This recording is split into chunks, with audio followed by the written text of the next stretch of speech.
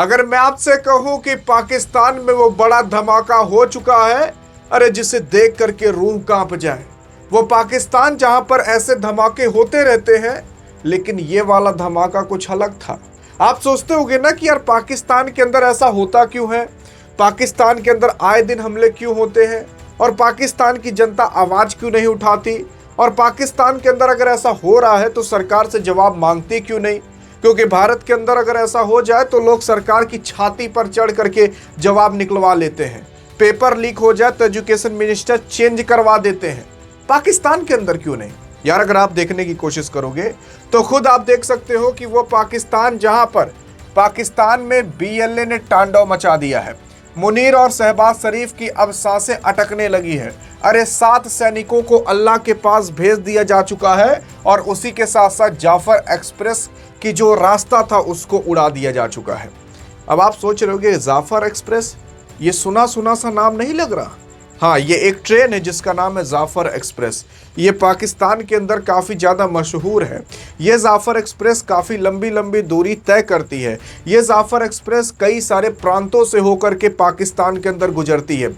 ये जाफर एक्सप्रेस को कुछ समय पहले एक बार हाईजैक भी किया गया था। ये जाफर एक्सप्रेस को कई बार उड़ाने की भी कोशिश की गई है, और इस बार तो पूरा काम ही हो चुका था। लेकिन क्या हुआ था यार? देखो, जाफर एक्सप्रेस जो थी वो कहीं और नहीं बल्कि ज़ेकोबाद रेलवे स्टेशन पर रुकी हुई थी।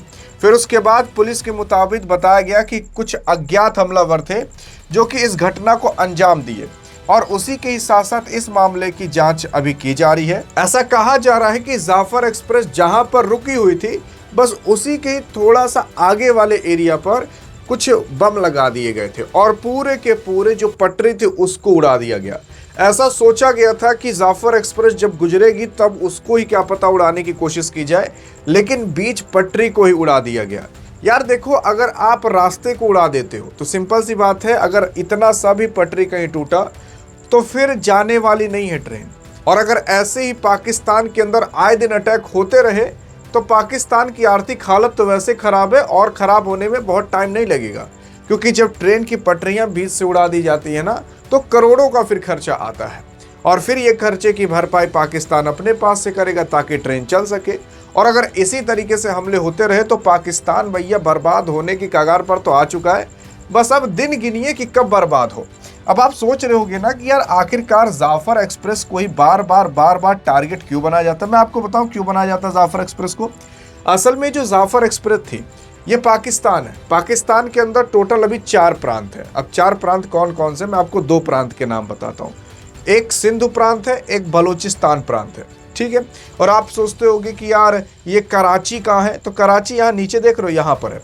तो ये सिंधु प्रांत से बलूचिस्तान के क्वेटा तक, क्योंकि बलूचिस्तान की राजधानी क्वेटा है, तो ये सिंधु प्रांत से क्वेटा तक ये जाफर एक्सप्रेस जाने वाली थी।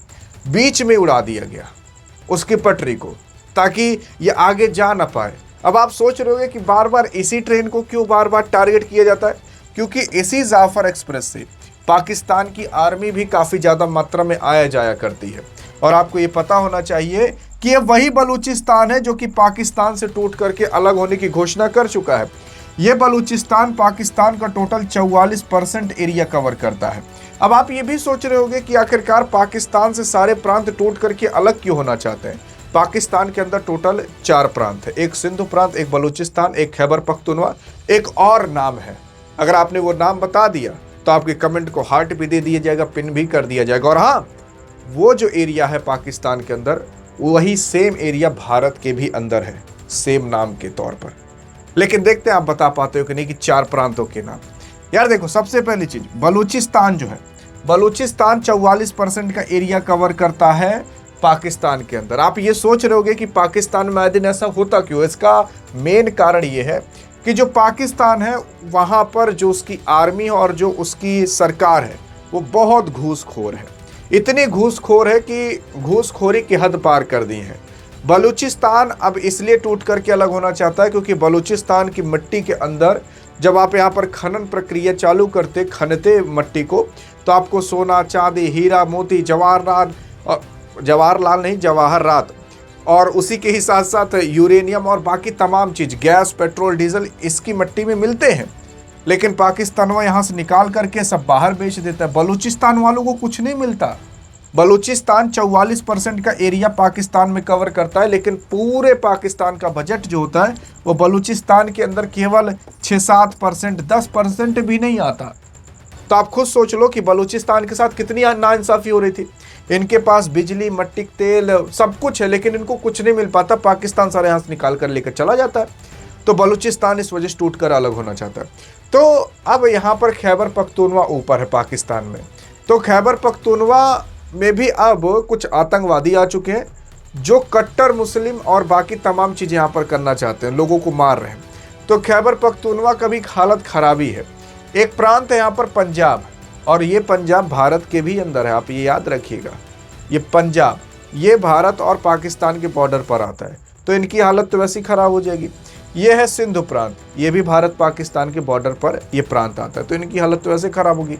इधर से अफगानिस्तान की हालत ख़राब कर देगा, और बलूचिस्तान जो है वो तो इन लोगों को अब ठोक ही रहा है। आप सोच रहे हो कि यार बलूचिस्तान पाकिस्तान में आए दिन अटैक करता है। हाँ, आप सोच रहे हो कि बलूचिस्तान पाकिस्तान में क्यों करता है, क्योंकि बलूचिस्तान अपने आप को नया देश बनाना चाहता है।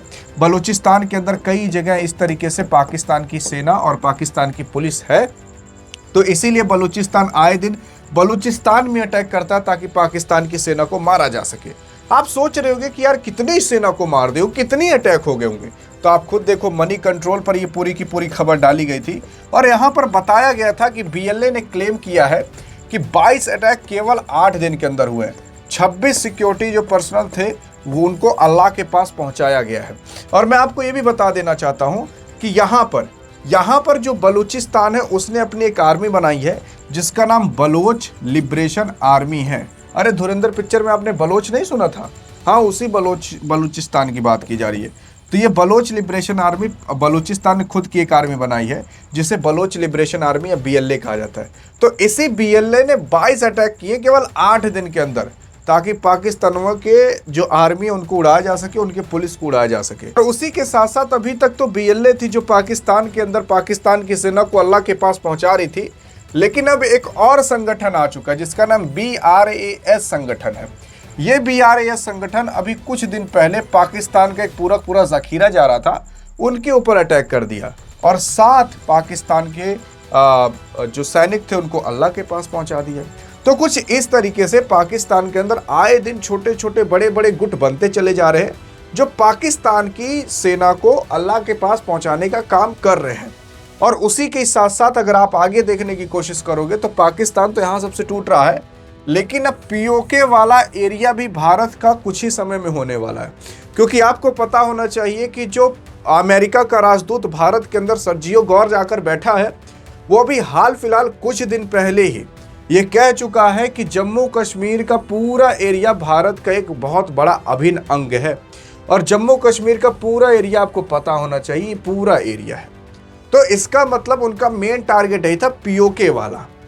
और अगर POK वाला एरिया भारत का हो गया तब तो भैया कोई दिक्कत नहीं, क्योंकि अब अगर हम POK वाला एरिया ले भी लें तो अमेरिका ने तो खुद कह दिया है ना कि अभिन्न अंग है पूरा जम्मू कश्मीर भारत का। तो अमेरिका भी ये मानता है कि हाँ, पाकिस्तान ने अवैध कब्जा किया है।